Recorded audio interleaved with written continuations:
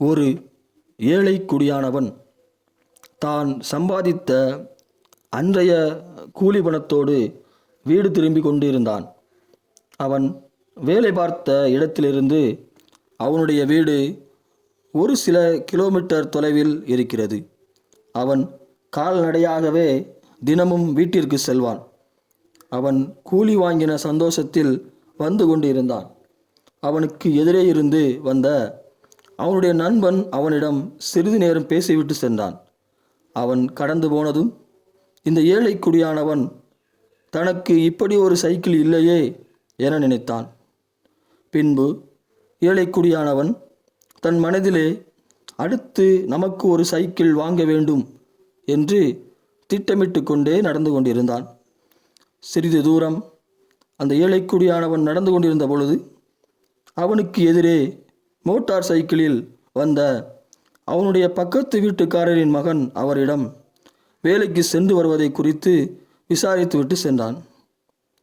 அந்த பக்கத்து வீட்டுக்காரர் மகன் கடந்து போனதும் தன்னுடைய மகனுக்கு இப்படி ஒரு மோட்டார் சைக்கிள் வாங்கி கொடுக்க முடியவில்லையே என்று கலங்கினான். மனம் சோர்ந்து போனவனாய் தன்னுடைய வீட்டை நெருங்கிய போது இந்த ஏழை குடியானுடைய வீட்டிலிருந்து அவனுடைய தம்பி மனைவி பட்டு புடவையுடனும் கழுத்து பாரமடையும் அளவு நகையுடனும் வெளிவருவதையும், தன்னுடைய மனைவி கிழிந்த சேலுடனும் பாசிகளால் நிறைந்த கழுத்துடனும் வழி அனுப்ப வரும் தன் மனைவியை பார்த்ததும் மனம் உடைந்து போனான்.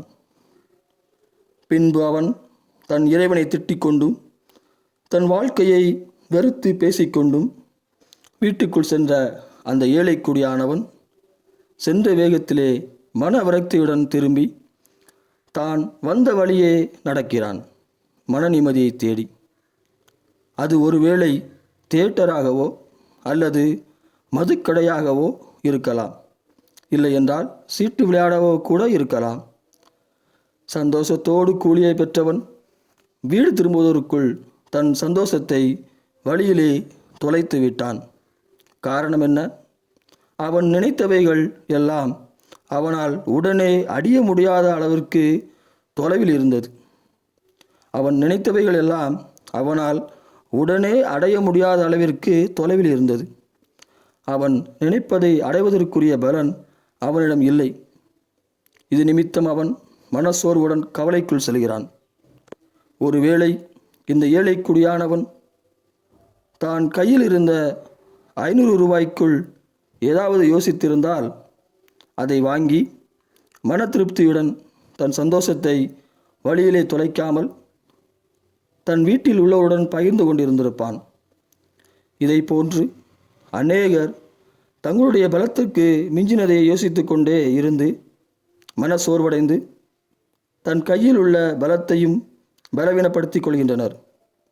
இது நிமித்தம் அவர்கள் வாழ்க்கையை சந்தோஷத்துடன் வாழ்வது இல்லை. இதனால் கோபம் கொண்டவர்களாய் தேவையில்லாத காரியங்களை செய்கிறவர்களாய் மாறுகின்றனர். இதனால் வாழ்க்கையில் அவர்கள் முன்னேற வேண்டும் என்று நினைத்த அவர்களுடைய நினைவுகள் நிறைவடைவது இல்லை. உன்னுடைய பலத்துக்கு தக்கவைகளை எண்ணிக்கொண்டு வாழ். ஒரு நாள் உன்னையும் இந்த உலகம் பார்க்கும். இன்று நடந்தது போல் நாளைக்கும் நடக்க வேண்டும் என்று நினையாதே. நாளைக்கும் இப்படித்தான் இருப்பேன் என்று இருப்பவைகளை குறித்து எண்ணாதே. அவைகளெல்லாம் ஒன்று போல் இருப்பதுமில்லை, ஒன்று போல் நடப்பதுமில்லை.